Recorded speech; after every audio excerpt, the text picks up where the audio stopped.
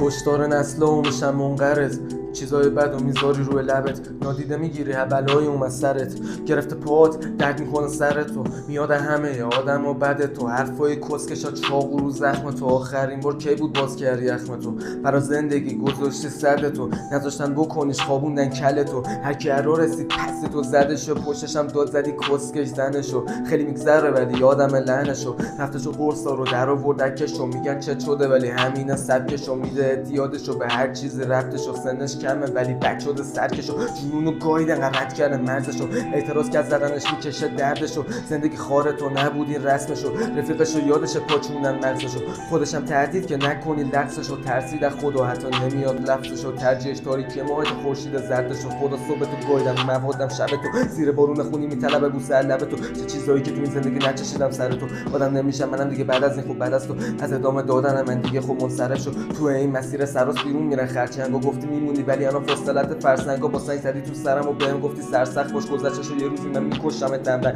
میگه نمیخوامت پلوت نمیمونه حتما، سه تا خشاب کدین و هنوز تو سردرد، منم اون کیه باش چیه فرقم، هرچی میگم چرا اصلا نمیفهمه حرفم، نرسیدش هیچ وقت اون هرچی براش سب کرد، نرسیدش انقدری که رفتش براش قطع کرد، نرسیدش انقدری که زندگیشو سخت کرد، نرسیدش گاهی شب و روز اونو تلخ کرد،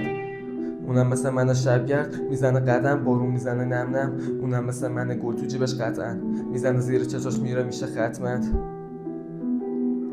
جناب سوان نزن ببین، جناب سوان نزن بین این کسچرای لجم بخورم کیو من قسم، ببین جناب سوان نزن ببین، جناب سوان نزن بین همه اینا من جوونیمو قسم، جناب سوان بزن اصلا، جناب سوان بزن، به درد گفتم دارم بهت اعتیاد من پسر، پس جناب سوان بزن اصلا، جناب سوان بزن، فکر کردی من درد میکشم تموم شده حسم، جناب سوان بزن پس تموم شده حسم من، جناب سوان بزن پس تموم شده حسم من، جناب سوان بزن پس تموم شده حسم. اونم مثل من شبگرد